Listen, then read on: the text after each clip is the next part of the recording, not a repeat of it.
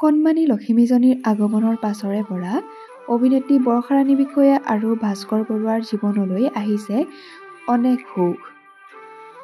লখিমীজনীক লৈ ব্যস্ত হৈ পৰিছে পৰিয়ালৰ সকলো লোক। কন্যাক লৈ প্ৰথমবাৰলৈ যোৰহাটৰ বাসগৃহলৈ গ'ল অভিনেত্ৰী বৰ্ষাৰাণী বিষয়া, ভাস্কৰ বৰুৱা আৰু তেওঁলোকৰ মৰমৰ লখিমী আদৃতি বৰুৱা। শাহু-শহুৰ নথকা ঘৰখনত কণমানি আদৃতিজনীক পৰিয়ালৰ লোকে বৰ উলহ-মালহেৰে আদৰিলে। কিছুদিন পূৰ্বে তেওঁলোকৰ যোৰহাটৰ বাসগৃহলৈ আমন্ত্ৰণ জনাইছিল চলন্ত খনিকৰ পুথি। ছোৱালীক লৈ ঢেকীয়াখোৱা বৰনামঘৰলৈ গ'ল বৰ্ষাৰাণী বিষয়া পৰিয়ালৰ লগতে তেওঁলোকৰ সখীৰ পৰিয়াল। ভগৱানৰ আশীষ বিচাৰি ঢেকীয়াখোৱা বৰনামঘৰত এনেদৰেই দেখিবলৈ পোৱা গ'ল বৰ্ষাৰাণী বিষয়া আৰু ভাস্কৰ বৰুৱাক।